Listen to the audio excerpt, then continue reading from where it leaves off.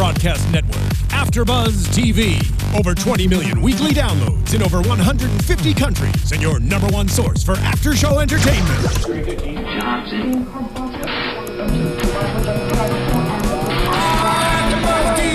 AFTERBUZZ TV, the destination for TV superfans. Producing aftershows for over 300 of your favorite TV shows. Interviewing celebrities and showrunners. And bringing you behind-the-scenes exclusives. All thanks to E! Entertainment's Maria Menounos, producer Kevin Undergaro, and internet leader Akamai. Now, let the buzz begin! Hello, AfterBuzzers. We're here during another AfterBuzz TV after show for MTV's Teen Wolf Season 5, Episode 1, Creatures of the Night. I'm your host, Kristen Snyder. Joining me, AfterBuzz TV host Courtney Tezeno. Hey, guys. And you may know them from MTV's Are You the One? Brittany Baldassari and Ryan Malaty. How's it going, everybody? Hey, make sure to join us at youtube.com/AfterBuzzTV. I'm in the live chat. We love to hear from you and enjoy the show. Yeah, guys, feel free to chime in, ask questions, and Ryan will be your correspondent for the evening. So I am so excited we're back. Yes. Okay, and this episode seemed like a season finale. We had like big bads. We had like fight-offs with the whole crew was there, and Scott, it was seemingly dying. It was crazy. I mean, my favorite part was just the fact that we get the big bads sort of introduced, which we always have a few for the season. Right. But this one's like a steampunk, like surgeons. I don't know if you guys watched it with the captions on, but the surgeons, I can't hear very well, so I always keep it with the captions on. Yeah. And it said when those guys came on, the surgeon. So I think that's what we should call them. And then for the one guy, it said geneticist and pathologist. So I feel like this season is going to be, these guys constructing supernatural beings, but like in a surgery room to kind of take on Scott and his pack. Creepy. Where you're like, what other way can you do something like that? These are werewolves. So I think that's like genius for them to start it off that way. Yeah, is it? So what do you think they were doing to Lydia? What were they doing to Lydia? It seemed like she was in some type of a psychopath house. Yeah, I felt like she was on a mental ward. Like, I don't know. So do you guys remember Eichenhaus from past seasons? We had Eichenhaus. Mm-hmm. And so Lydia, we start off the episode, and it seems like we're in present day with Lydia, right? And she's in Eichenhaus, and she's sort of remembering bits and pieces of senior year, which we then get taken to, which is apparently in the past. Flashbacks. Now, right, so Lydia is apparently now a badass street fighter who has harnessed her banshee powers. She's like an X-Men. I love it. And, we never got to see her really do these powers before. Right, so it's like going to be really exciting this season to now backtrack and find out how she becomes this badass street fighter. Exactly. I was just shocked that, like, it's all in her scream because she's been so silent all the time. Like, I literally love how you can tell everything that Lydia's thinking through her eyes. Like, every season we've seen that. And so for it to be, like, all in the power of her scream is like, oh, my goodness. They finally gave her powers that she already had. Yeah, and Street Fighter, like, that's amazing. I never expected that. I didn't expect that from her at all. What creeps me out at the beginning of the last episode was her standing there in the shower. Do you guys remember that scene? Yeah. She's standing there, and the girl's like, I know that you're just playing games with me. And I thought she was, like, dead standing up in the shower. That's how I felt, too. So great. Ryan, let's check in with the chat. What are they saying? Oh, they're just loving how Lydia kicked. Somebody said Lydia kicked ass. It's about time Lydia kicked some ass. Yeah. I guess it was. It's always been fun to all see. these seasons. Come on. Right? Yeah, we've always wondered what her power was. Finally, we found out she's a banshee, and now apparently we get to see what that means. Exactly. More than just screaming, she can fight. She may scream like a girl, but she fights like a man. So I was scared when she said that her friends were all dying, though. Like, that was a little intense for me. So I want to talk about that because I don't know if you guys remember, but last season there was this Dr. Valak who Peter gets put in Eichenhaus with. And this guy was the one that we see at the end of this episode with the drill, who was about to drill through Lydia's skull. So he gave himself, Dr. Valak, last season we found out, gave himself a third eye, which he can literally, if you get stuck in a room with this guy, he can transport you. You'll feel like you have left the room, but you're not actually leaving the building. We need this guy in real life. Fucking freaky. That's kinda cool. Like, he's always wearing hats to cover up his third eye. Like, that shit's scary. So, like, as your hell. soul teleports, but your body's still there? Right, I want so- this guy in my life. That's No, cool. you don't. That's interesting. You've dated worse. Oh, no. I want to ask the people in the chat if they think that Lydia is actually really experiencing this, if she's in the present and she experienced that in the past, or if she's in the hands of Dr. Valak, who we see at the end, and if he's just making her think that all this is happening and that her friends, That's friends and actually, everything. That's really a good point, because I mean she's on all of these drugs that could easily be like, we're seeing Lydia's point of view. I didn't think of it that way, but that's really probably something that they're doing to us, and we'll see in the next episode. And we see Aiden, played by Max Carver, he shows up, and you know, he was part of the dual wolves from a few seasons ago. The twins, yeah. And the twins, and then I thought they died, but they left. But then he couldn't have really been there. I think Exactly. she was actually imagining that part of Right. like, with the twin showing up. Like, they just caught her, and she, yeah, they were definitely just playing off that. So who knows what's real and what's not? I know, Teen that's- Wolf, Beacon Hills. I love it. Yeah. It's a mystery. So much going on this episode. Let's keep talking about it. So let's talk about Liam. Now, he is the wolf that they had chained up, and they're trying to figure out if he can control his powers. And I think maybe the reason he's having a trouble controlling his powers is the fact that maybe he's a different kind of wolf. Because Yeah, we're seeing so many different types of breeds right now. Exactly. So I could definitely see that with him. Yeah, I mean, Only reason I say that is because I didn't see Tyler. Well, not Tyler Posey. I didn't see Scott have the same type of like transformations he's had. So it's like, okay, are they introducing us to a new type of wolf, type of power? Like, I could easily see him based on how strong he is being an alpha. But then it's like, how can you be an alpha inside of Scott's pack? I thought it was cute when Scott was like, you can't be running around naked like a half-naked wolf boy. Yeah. and I'm like, why I was like, not? but wait, but we want to see that. He Yeah. probably has a great body. Oh, stop. I was going to say, if getting naked and running around is a superpower, I mean, call me a werewolf. Oh my gosh, Ryan. Oh my goodness. They are casting right now, Ryan, if you want to check it out. Just kidding. So what's the chat saying? Did they have any comments on Dr. Valak or Lydia or Liam? Yeah, they think maybe Dr. Valak is doing this. CC Freak thinks, because they had to put him in high security. Magorkugji 2012, I'm sorry if I mispronounced it, hopes it's a dream. They don't want anything bad happening to Malia or Lydia. Yeah, and please. And they're wondering, yeah, it might be a dream. Like, where did Lydia learn to fight like this? Yeah, so it is interesting how a lot's going on, but we don't know what's real, what's in the past, what's a flashback, and what's a dream, what's reality. So it really did come out with a bang, and there's it seems like there's a lot of different ways this season can go. Right. Normally, I feel like we can trust Lydia and her Banshee predictions, but not when she's on drugs yes, and it's in the Dr. drugs. Valak's hands. Like, A part of me felt like he was like about to rape her. The way he was It was trying to weird. find her vein. I Oh, was that like, was creeping oh my me gosh, out. this whole I'd, like, scene is too much for Turn me. my head. It was Yeah, a little, he's doing that. It was a little pervy. Pervert. Pervy? It was Is that an pervert. adjective? I don't know if it's. But is he a vampire? Maybe he's. He really like loves the whole blood thing, and Jeff Davis will not bring vampires into Into Teen a Wolf. Teen He's Wolf. like this about vampires. They do That not would be exist. just like.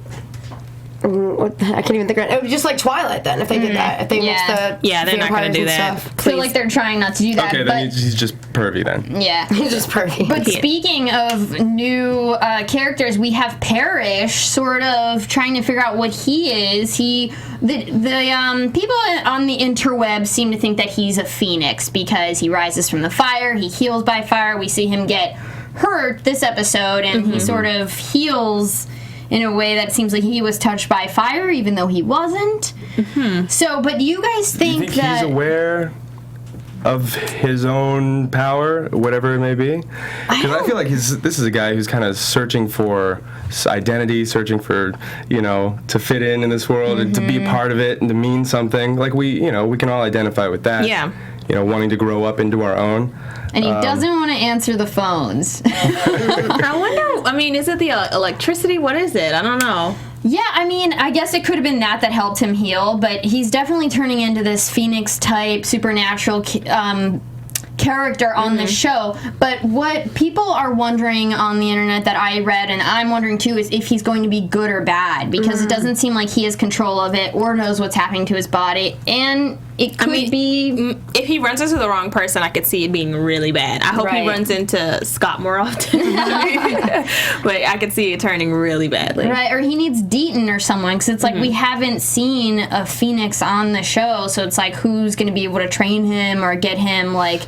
the information control he needs, all of that, right. and understand what he's going through, right? That's a good point. You know, you are who you surround yourself with, and for somebody who's so searching for that identity, you know, whoever can make you feel like you're growing, whether it's in a good influence or a bad influence, you often tend to, I mean, you grow in the pot you're planted in, right? Nice, yeah. Nice, yeah. I like that. So is that the same situation for Liam as well? If he spends time with both good and evil, since he's still trying to learn about himself, you think that could happen? He could possibly turn into a bad character as well. That's a good point. He could be a bad wolf that they can't control. I hope he's not. I think he's like right under Scott, you guys. Let's keep him good. Well, we do see in Lydia's prediction in the end that he's fighting Scott, so who knows? Maybe he's a bad boy. I mean, maybe it's because he's supposed to be an alpha. We dealt with the same thing with Scott and Derek. That's a good prediction. That's a good prediction. We shouldn't be on predictions yet. We can't help it. There's just so much to think about. It really is.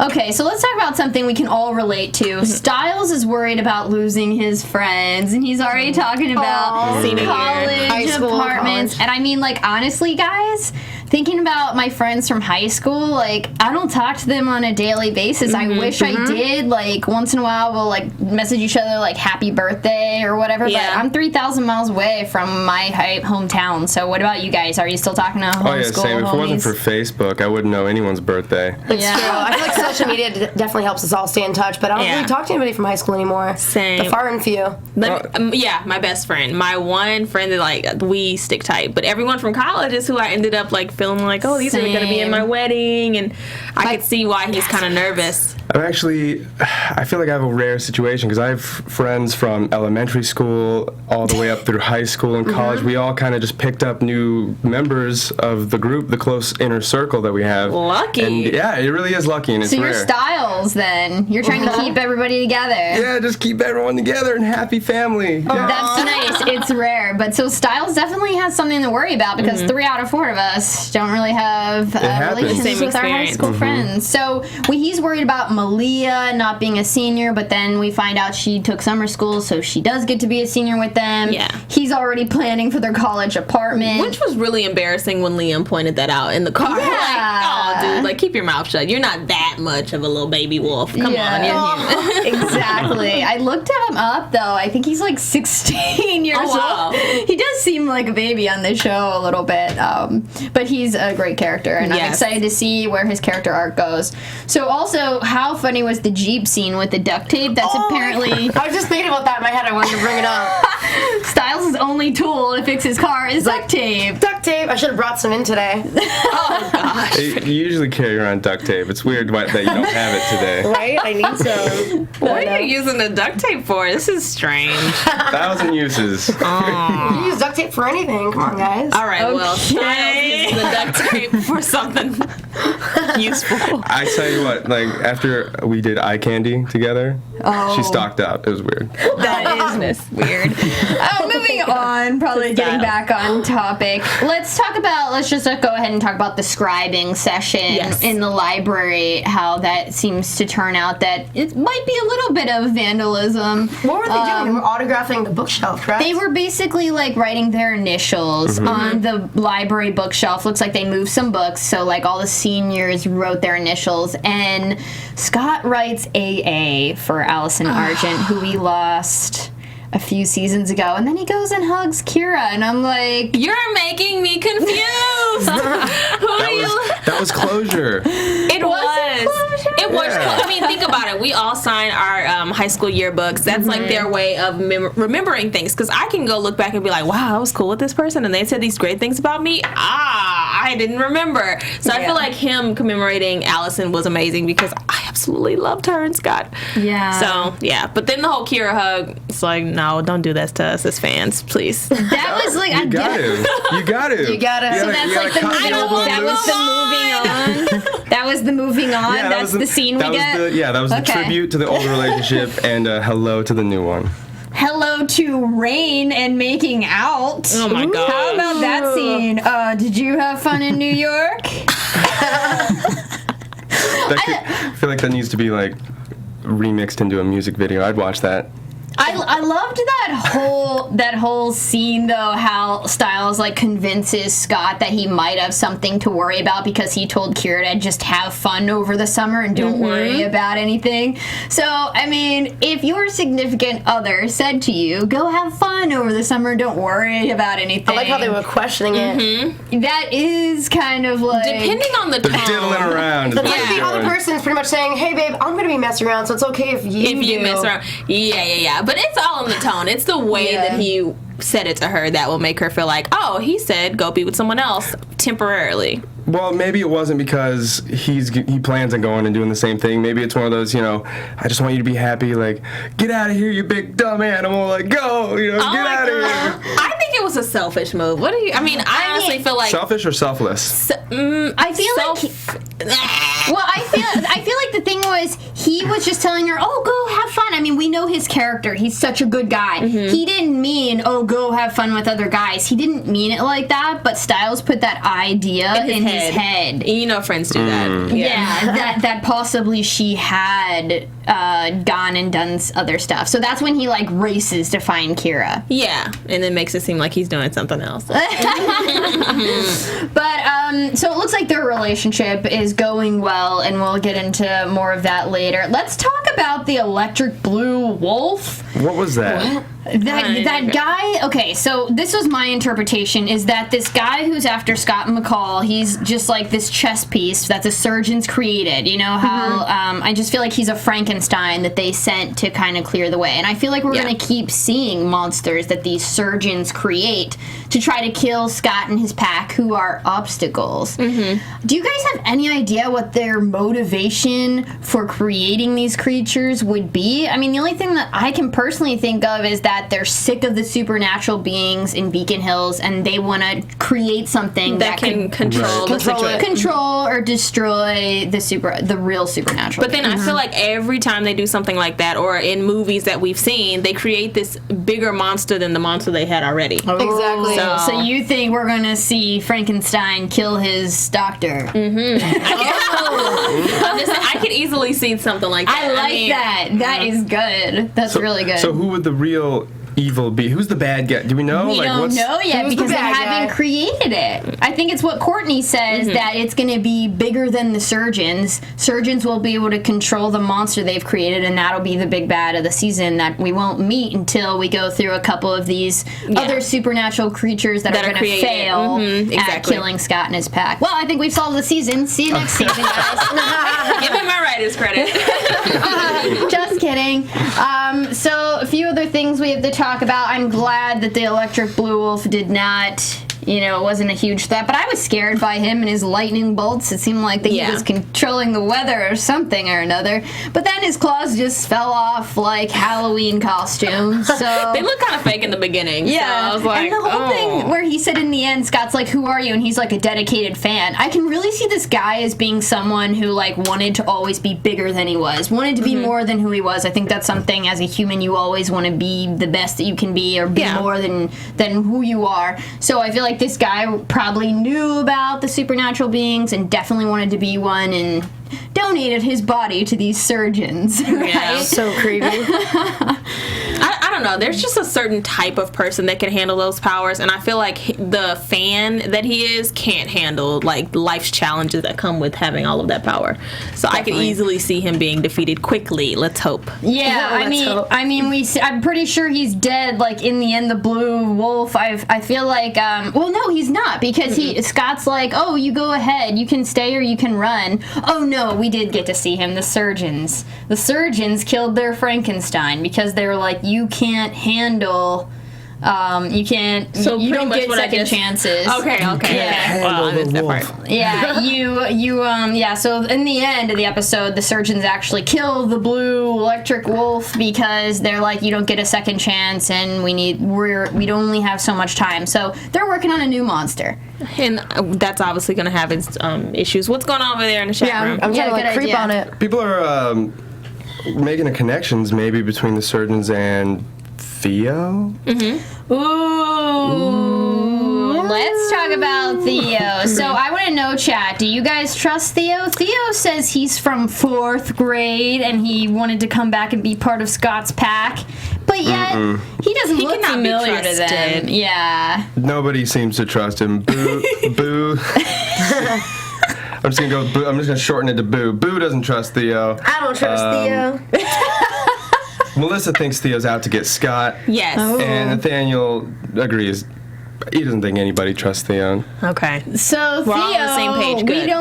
we don't trust you. And you know what else? I think that accident that happened on 115 that sent all those people to the hospital and stopped traffic, I think that might have been Theo because Theo looked a little suspicious out there checking for cell phone service Oh, yeah. on the Well- 115, which apparently the wreck was caused by someone jackknifing a tractor trailer. Yeah. So I'm blaming Theo. I definitely am. Either Theo's working with someone or he is really fast because I'm like, why are you sitting here talking about you don't have signal either with Kira to kind of make us not think that it was you. It's Yeah, definitely everyone knows you got Verizon, Theo. Exactly. You had full service, full full service, bars.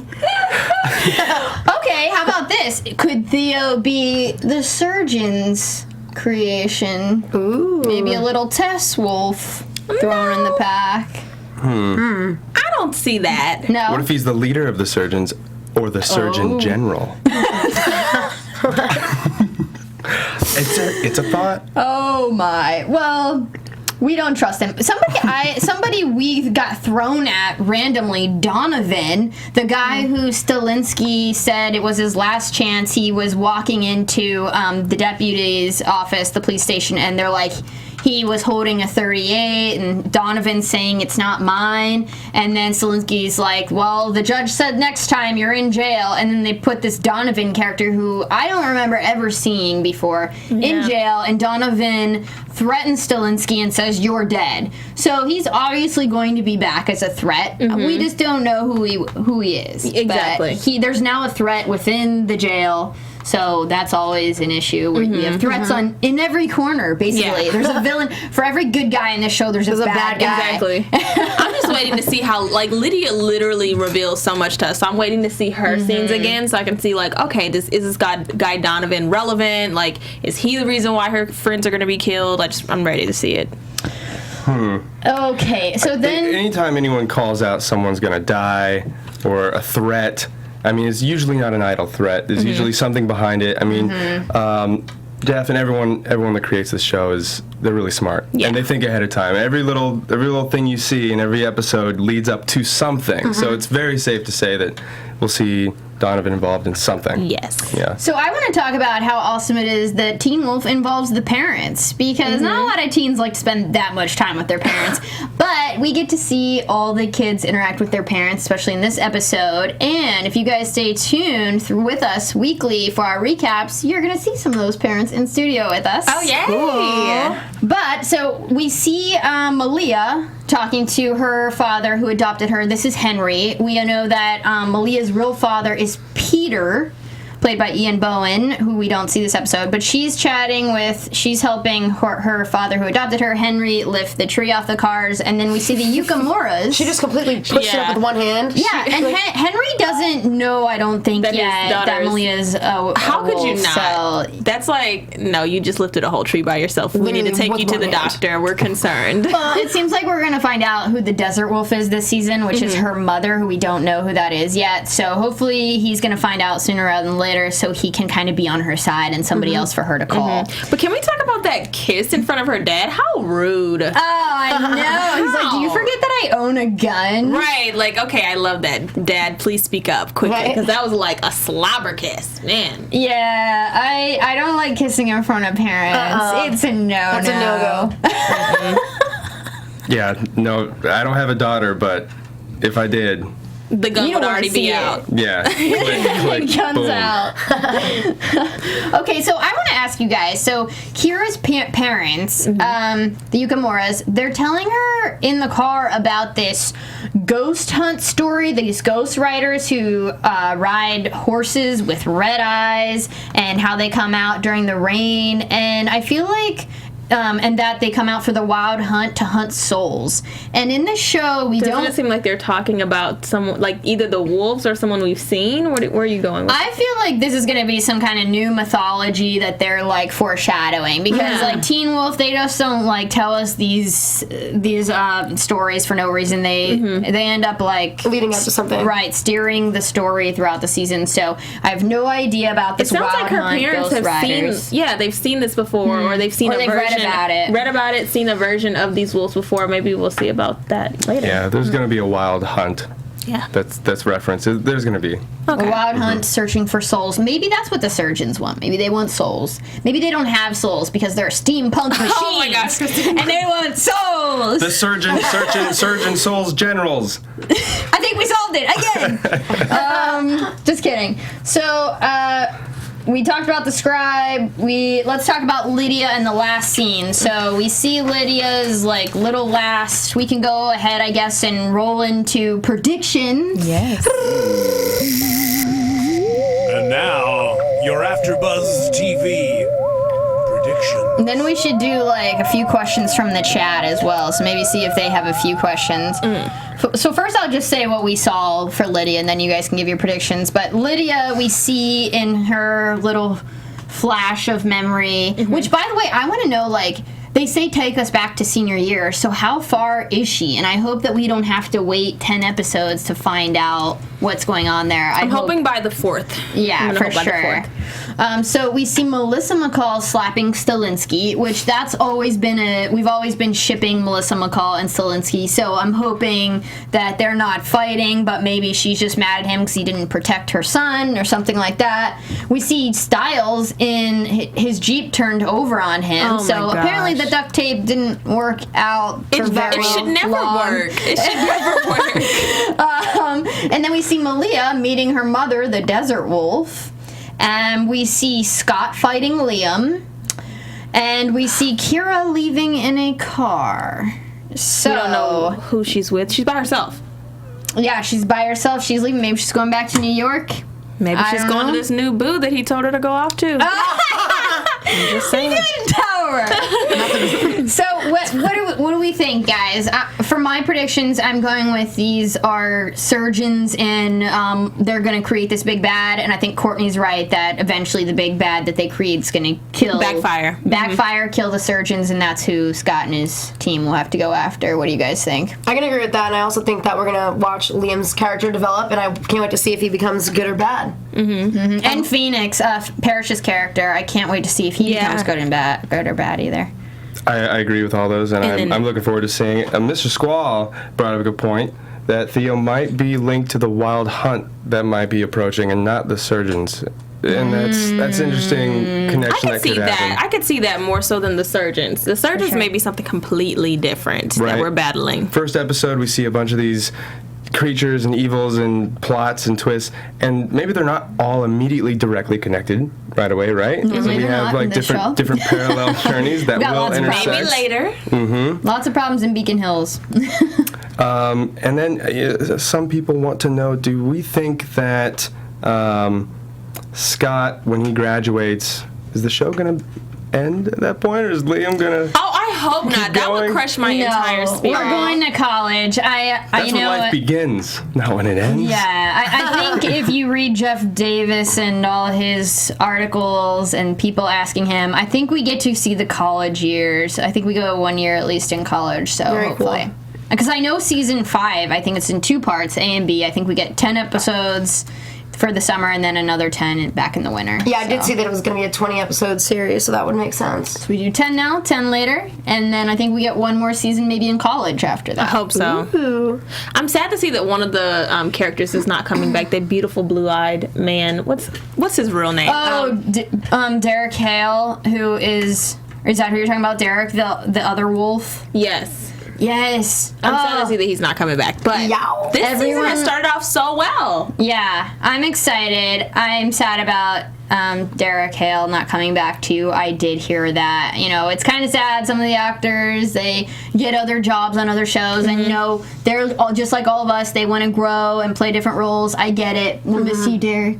We're gonna write your name. We're gonna scribe it here at AFTERBUZZ. He's not a senior, but we'll write it here. Exactly. Somewhere. Thank you guys so much for watching us, recapping with us, joining the chat. So we are actually going to watch episode 2 like you guys are at home, and then we'll be back at 7 p.m. Pacific Standard Time, 10 p.m. Eastern Standard Time. So come back, chat, call us. I'm Kristen Snyder. Guys. You can follow me at Cinematic Escape. And you guys can follow me, Courtney Tezeno, at Teznos on Twitter and Instagram. You guys can find me at Brittany Baldy on all social media and BrittanyBaldy.com. Just want to say one thing. I think Winston Churchill summed up this episode perfectly when he said, "Now this is not the end. It is not even the beginning of the end, but it is perhaps the end of the beginning." So thank you guys for watching the first episode recap, the end of the beginning. We will be continuing on. Thank you. I'm Ryan Malaty. You can follow me at Ryan Malaty. I say blah blah when I mess up. Okay, I love it though. See you soon. We'll see you later. Bye, guys. From executive producers Maria Menounos, Kevin Undergaro, Phil Svitek, and the entire AfterBuzz TV staff, we would like to thank you for listening to the AfterBuzz TV network. To watch or listen to other after shows and post comments or questions, be sure to visit AfterBuzzTV.com. I'm Sir Richard Wentworth, and this has been a presentation of AfterBuzz TV. Buzz you later. The views expressed herein are those of the hosts only and do not necessarily reflect the views of AfterBuzz TV or its owners or principals.